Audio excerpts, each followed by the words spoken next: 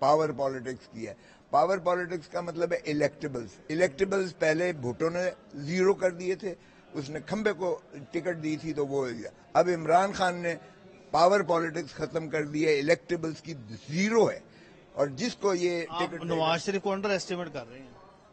نہیں, نواز شریف کو آپ اوور ایسٹیمیٹ کر رہے ہیں. نواز شریف کی جو ہے, جو لوٹ مار کر کے دھرتی ماں کو جس طرح تباہ حال کر کے گیا ہے نا, عوام اس سے بالکل عوام اس سے انتقام لے گی. آپ آنے تو دیں. اگر آپ ماہر قانون ہیں, نواز شریف جب واپس آئیں گے تو وہ لاہور آ رہے ہیں, تو کیا وہ گرفتار ہوں گے, کیا ہوگا بتائیں گے؟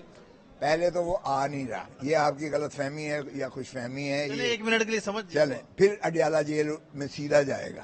قانونی طریقہ, آئینی قانونی طریقہ یہی ہے. جو یہ کوشش کر رہے ہیں کہ تو خان صاحب بھی ہیں, تو وہ پھر اور زیادہ بہتر ہے کیونکہ یہ اس کے سائے سے بھی ڈرتے ہیں.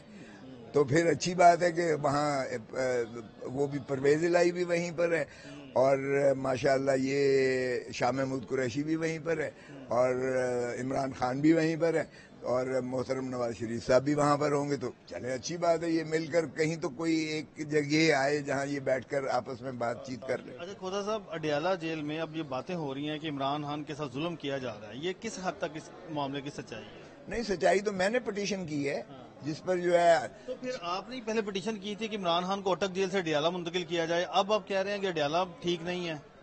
دیکھیں, وہ 2 مہینے پہلے جب کی تھی, اٹک میں جب لے گئے تھے اور جب سسپینڈ ہو گئی, وہاں وہ دیسی مرغ کھاتے رہے ہیں, بڑی عیش و عشرت سے وہاں پر رہے ہیں, یہ سپریڈنٹ کا کہنا ہے. اچھا سن لیں, یہ ہمیں تو کوئی, اس کو وہ کہتا ہے مجھے سارے پاکستان کی جیلوں میں بھی لے جائے, مجھے کوئی فرق نہیں پڑتا. عمران کہتا ہے وہ نہ جھکنے والا ہے, نہ وہ بکنے والا ہے, نہ وہ سودا کرنے والا ہے. وہ اس کا مرنا جینا یہی ہے. وہ کہتا ہے پاکستان کی عوام کو میں ان کے حقیقی حقوق دلا کے, آزادی دلا کے, بھلے مر بھی جاؤں, میری جان بھی چلی جائے, مجھے کوئی اس سے سروکار نہیں. یہ جو میں نے پٹیشن کی ہے, دیکھیں یہ کھیل تماشا بند ہونا چاہیے. لیاقت علی خان سے شروع ہوا, لیاقت علی خان کو 52 میں شہید کر دیا گیا, اس کے قاتل کو بھی مار دیا گیا,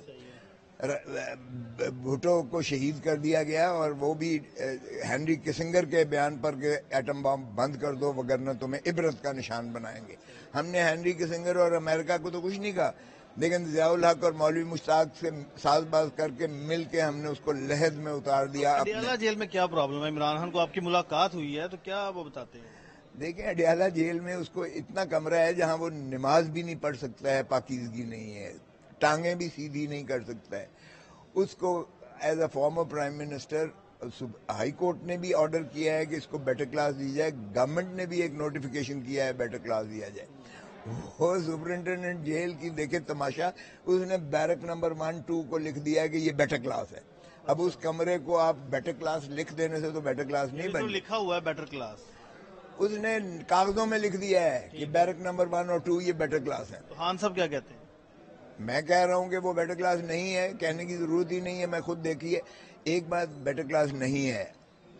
ہائی کورٹ کے خود چیف جسٹس سابقہ جو تھے اطہر من اللہ صاحب, انہوں نے ایک بڑی مفصل اور مدلل ججمنٹ دی جس میں 1,500 کے قریب قیدی آنا تھا, وہاں 7,000 قیدی ہے, اور اتنی اوور کراؤڈڈ ہے وہاں. انہوں نے سارا کچھ لکھا ہے اور ہدایات اور حکم جاری کیا کہ اس کی یہ خان صاحب بیمار تو نہیں ہے؟ اور بیمار, وہ ان ساروں کو بیمار کر کے بھی بیمار نہیں ہوگا, یہ لکھ لیں. یہ بڑی خوش فہمی میں ہے, ان کو ساری بیماریاں لگی ہوئی ہیں, ساری دنیا کی بیماریاں لگی ہوئی ہیں. اور اب بھی پلیٹلیٹس جو ہے آپ دیکھ لیں گے, یہ اکتوبر کے 2-3 ہفتے میں یہ گر جائیں گے, اور پھر ڈاکٹر ان کو مشورہ دیں گے ابھی آپ نے لندن سے نہیں ہلنا, ابھی آپ کی جو ہے صحت اجازت نہیں. میرے خیال میں بیانیہ تو بدل گیا تو اس لیے وہ آ رہے, یہ بھی بدل جائے گا بیانیہ, آپ فکر نہ کریں. اچھا, کہ صحت یاب ہو گئے, روبہ صحت, یہ بھی بیانیہ ریورس ہو جائے گا, بدل جائے گا. اگر آ گئے تو پھر دمادم مستقل اندر, پھر جیل میں ان کا سواگت ہوگا. لوگ ان کے پیچھے چور چور کے نعرے ماریں گے, جس طرح ان کی بیٹی اور جس طرح بھائی اور جس طرح قوم کو اذیت اور عذاب میں مبتلا کر دیا ہے. جا کے تو دیکھیں, جا کے دیکھیں, کوئی ان کا جا کے دیکھے بازار میں, گلی میں, کہیں سبزی خریدنے, کہیں دکان پہ چلا جائے, اگر چور چور کے نعرے نہ ماریں تو آپ جو مرضی مجھ سے کر لیں. اچھا آخری بات ہے، اب عمران خان جیل میں جب وہ موجود ہیں تو یہ کہا جا رہا ہے کہ ان کی زندگی کو خطرات لاحق میں ہے، نے کہا- کس سے خطرات لاحق ہے؟ اچھا بڑے بھولے ہو یار تم بھی بہت بھولے ہو. اچھا باہر کیا جس سے بھی ہے، ہائی کورٹ نے طلب کر لیا ہے، انٹیریئر سیکرٹری کو طلب کر لیا ہے، ہائی کورٹ نے آئی جی پریزن کو طلب کر لیا ہے، ہائی کورٹ نے جتنے ہم نے رسپونڈنٹس جس میں ڈیفنس بھی تھا سیکرٹری ان کو بھی اور ساروں کو نوٹس دیا ہے، اور ہائی کورٹ سے یہ انشور کروائے گی. میں کہا مجھے نہیں، آپ کو انشور کروائیں کہ اس کی زندگی جو ہے اس کی حفاظت کی جائے گی. دوسرا سلو پوائزننگ انہیں فوڈ کے ذریعے جو ہے ہمیں خدشہ کی جا رہی ہے یا کرنے کا ان کا ارادہ ہے. دیکھیں ارادے تو ان کے بڑا واضح ہیں. وزیر آباد پر جب حملہ کروایا تھا خان پر تو اس کا ایک بیان طوطے کی طرح رٹا ہوا تھانے سے آپ میڈیا نے چلایا کہ جی خان صاحب کی یہ فرمودات جو تھے وہ مذہب کے بارے میں مجھے جو ہے اشتعال آیا، میں نے اس پہ قتل کرنے کی نیت سے فائر کیا، بچ گیا قدرت سے. عطا تارڑ صاحب جو P S to P M تھے انہوں نے فرمایا کہ جی انہوں نے تو رشدی کے وکیل کو انہوں نے جو ہے انگیج کیا خان صاحب نے. اچھا دیکھیں مذہب کارڈ کھیلتے ہیں یہ ظلم خدا کا. کبھی کہتے ہیں عدت میں شادی ہو گئی ہے تو اس نے گناہ کر دیا ہے، کبھی اب الیکشن سے پہلے خان صاحب باہر آتے ہوئے نظر آ رہے ہیں، 100% آئے گا یہ انشاءاللہ. آپ دیکھ لیں ایک ہفتے میں باہر ہوگا خان. الیکشن لڑیں گے؟ بالکل لڑے گا، اس کے بغیر الیکشن ہو ہی نہیں سکتا اس ملک میں.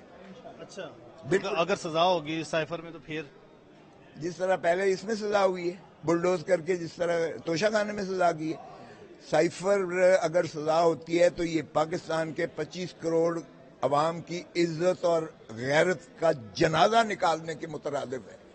کہ جس شخص نے یہ کہا ہے کہ ڈونلڈ ڈو ایک تھرڈ کلاس امریکن بیوروکریٹ، کیا جرت ہے کہ وہ کہے کہ پاکستان کے وزیر اعظم کو چلتا کرو تو امریکہ تمہیں معاف کر دے گا. یہ ہے بعد میں انہوں نے اس بیان سے یو ٹرن بھی لیا. اور بھائی صاحب یہ سائفر ہے.